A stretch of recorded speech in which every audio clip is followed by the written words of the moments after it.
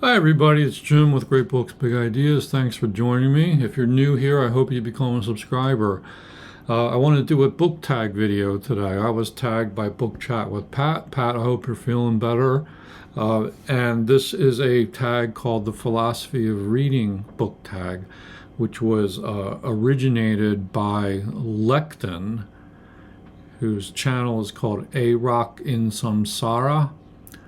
Also mentioned here in Pat's tag video was Alan's Reads, and this is a book tag about reading and what we think about reading, the philosophy of reading. So I'm going to conclude the full tag prompts and description in the show description, but I'm just going to take you through the prompts here and try to move relatively quickly. But this is a fun tag, and it's making me want to make a brand new video about the first prompt. So the first prompt is this: who or what is your own personal philosophy of reading? How do you think about reading? What does reading mean to you? How does your reading life affect your non-reading life? And so forth. Well, like I said, I want to make an entire video just about this question, and I will. It's going to be based on a lecture I used to give to my Introduction to Literature students in college. Stay tuned for that, and it's inspired me to really want to go revisit that. I had a full lecture on it. It's kind of a fun topic for me. But to boil it down to the essence, I like the way Book Chat with Pat put it. Reading is a mirror and a window. What perfect metaphors. We see ourselves in what we read, and it helps us to understand who we are, what we can be.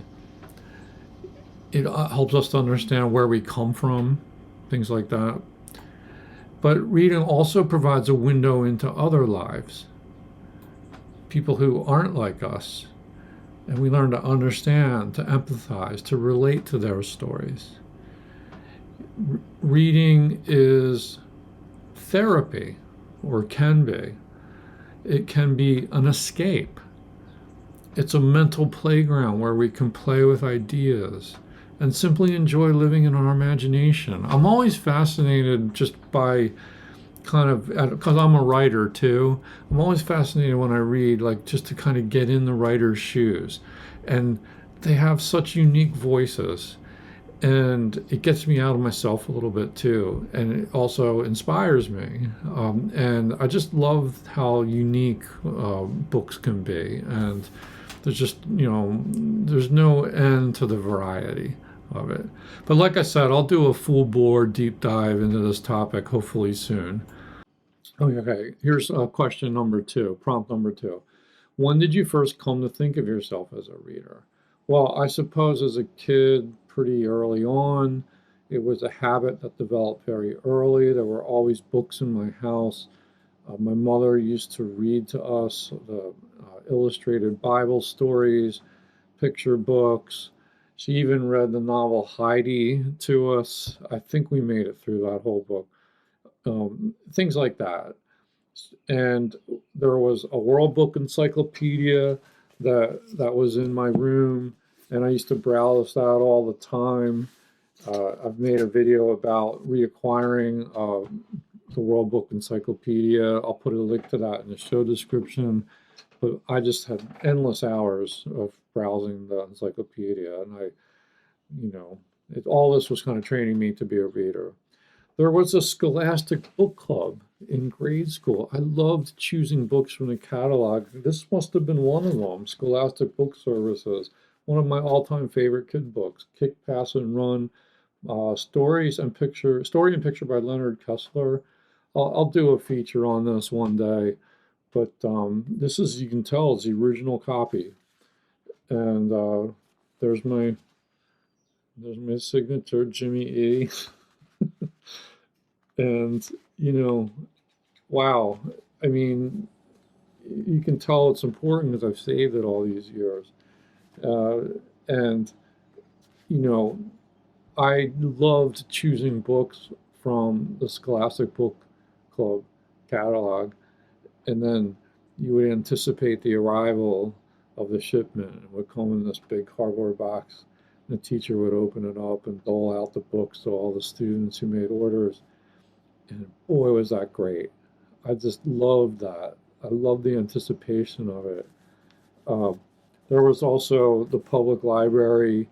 Uh, they had like summer reading programs, and you would get little rewards for reading achievements, and I loved all that too. And all this sort of added up to just me eventually. Um, I wouldn't say I ever consciously thought of myself as a reader or decided I am a reader. I just was a reader, and I grew into that role. It wasn't a choice, really. It just was much more instinctual or organic. And ever since, I guess I have thought of myself as a reader. Um, and yeah, so just really thankful for my childhood that I got exposed to books that early, and it just became, those were the waters that I swam in. Prompt number 3: what are some goals or hopes that you have for your reading life? Well, I've discussed this a little bit in other videos. I got inspired to read The Great Books of the Western World, published by Britannica, thanks to its presence in my bedroom. Like, the books kind of ended up in that room, and they were around, and I got curious and I started reading them. I have a video on this. I'll link to it.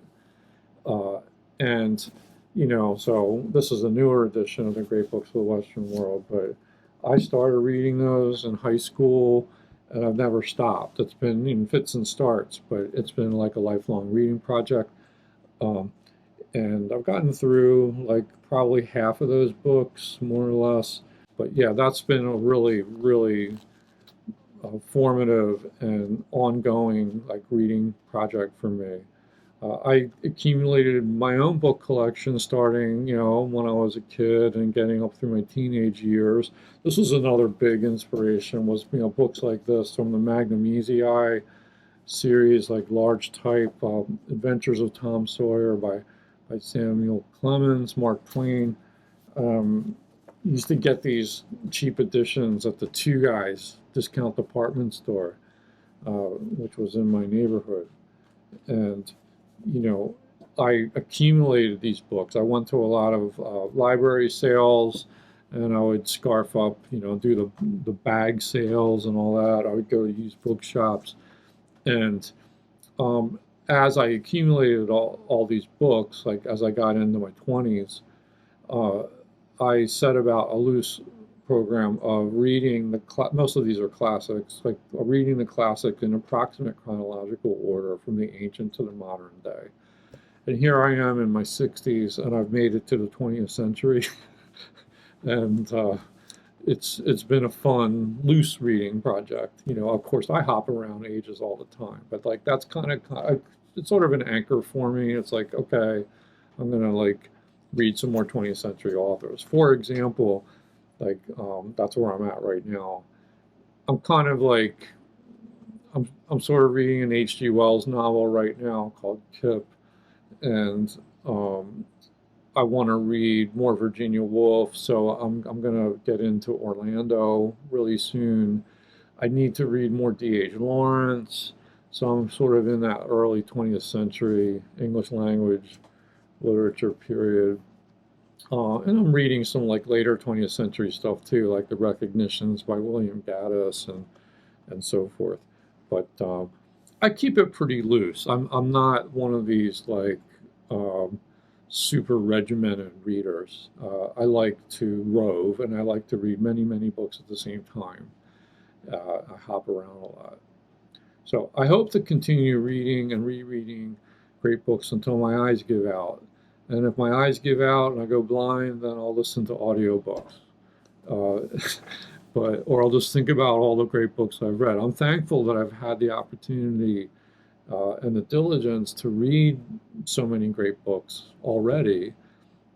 And I'm at the point now where like a new phase in my reading life is really wanting to reread stuff that I read maybe decades ago, and I've been doing that. One case in point would be The Great Gatsby. I reread that.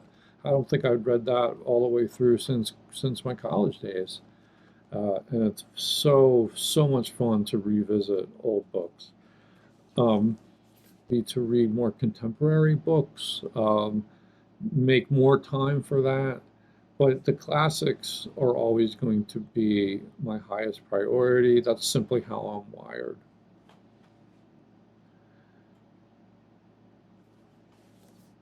Question number 4. What is part of your current reading life right now that is important or exciting for you?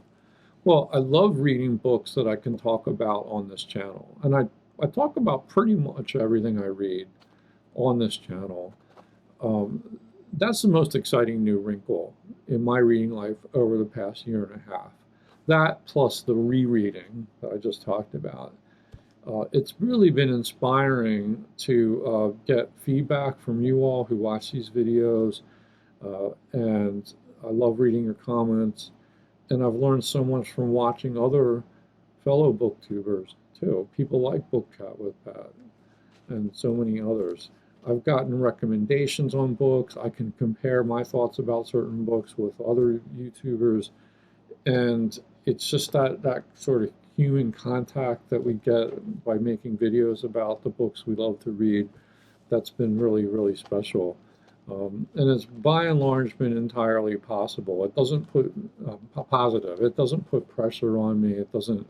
It's not something where like I feel like I'm forcing myself to read books that an audience wants me to read or expects me to read. This is all, self-generated. But what's been heartening is like the fact that some of the stuff that I like, you all like, and that you're out there and you find these videos somehow through searching or through algorithmic magic, and then you can connect, and we don't just have to like think about these books that we read. We can talk about them with others.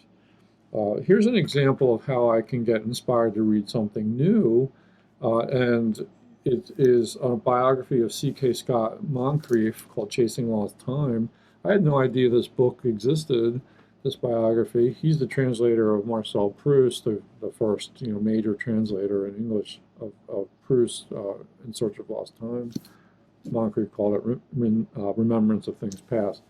But yeah, I had no clue that this biography was out there.